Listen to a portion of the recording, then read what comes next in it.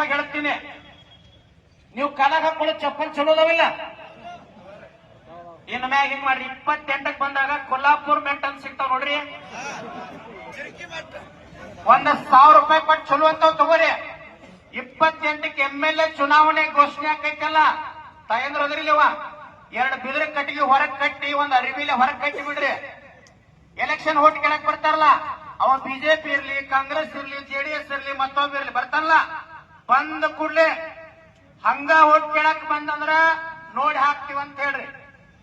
ರೊಕ್ಕ ಕೊಡಾಕ ಬಂದಂದ್ರ 2 ಕೊಲ್ಲಾಪುರ್ ಮೆಟ್ ತಗೊಂಡು ಗಂಡ ಹೆಂಡತಿ ಜೋಡಾಗಿ ಹೊಡಿರಿ, ಬಂದ ನೀವ ಹೊಡಿಲಾರ್ದಕ್ಕ ನಾವು ರೋಡ್ ಮ್ಯಾಗ ಕುಂಡ್ರು ಪರಿಸ್ಥಿತಿ ಬಂದ. ಎಷ್ಟಂತ ಹೋರಾಟ ಮಾಡೋದ್ರಿ? ಗುರ್ಲಾಪುರದೊಳಗ 9 ದಿನ ಕಬ್ಬಿಗಾಗಿ ಹೋರಾಟ ನಡೆಯುತ್ತೆ. 2 ಜನ ಜಿಲ್ಲಾ ಉಸ್ತುವಾರಿ ಇಲ್ಲೇ ನಮ್ಮ ಜಿಲ್ಲಾದವ್ರಂತವ್ರ, ನನಗೂ ಈಗ ಆಗಲೇ ಹೇಳಿದ್ರು ಅವ್ರು, ನಾ ಬೇರೆ ಜಿಲ್ಲಾದವ್ರ ತಿಳ್ಕೊಂಡಿನಿ. ಬರ್ಲಿಲ್ರಿ ಅವ್ರು ಗುರ್ಲಾಪುರಕ್ಕ. AC ಸಾಹೇಬ್ರ ಅವ್ರಿಬ್ರು ಆ ಟೈಮ್ದಾಗ ಪಾಕಿಸ್ತಾನ ಏನೋ ಪ್ರವಾಸಕ್ಕೆ ಹೋಗಿದ್ರಂತ ಸುದ್ದಿ ಬಂತ, ಪಕ್ಕ ಮಾಹಿತಿ ಇಲ್ಲ. ಬರ್ಲಿಲ್ರಿ ಗುರ್ಲಾಪುರಕ್ಕ. ಬಾಳ ದೂರ ಅದ್ರಿ, ಇದು 3,000 ಕಿಲೋಮೀಟರ್ ಅದ ಗುರ್ಲಾಪುರ ಬೆಳಗಾವದಿಂದ. ಬರ್ಲಿಲ್ಲ ಅವ್ರ. 18 ಜನ MLAಗಳಿದ್ರಪ್ಪ ಬೆಳಗಾವದವ್ರ.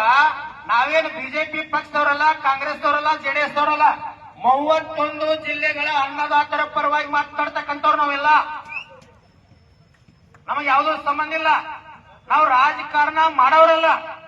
ರಾಜಕಾರಣ ನಮಗೆ ನೀಗಂಗಿಲ್ಲ. ಯಾಕೆ ನೀಗಂಗಿಲ್ಲ ಅಂದ್ರ ಇವ್ರು ಮುಂಜಾನೆ ಎದ್ದು ಕೂಡಲೇ ಮರುದಿವ್ಸ ಮುಂಜಾನೆ ತನ ಒಂದು ಸತ್ಯ ಮಾತಾಡಂಗಿಲ್ಲ, ಅದಕ್ಕೆ ಅವ್ರಿಗೆ ರಾಜಕಾರಣ ಹೋಗ್ತದೆ.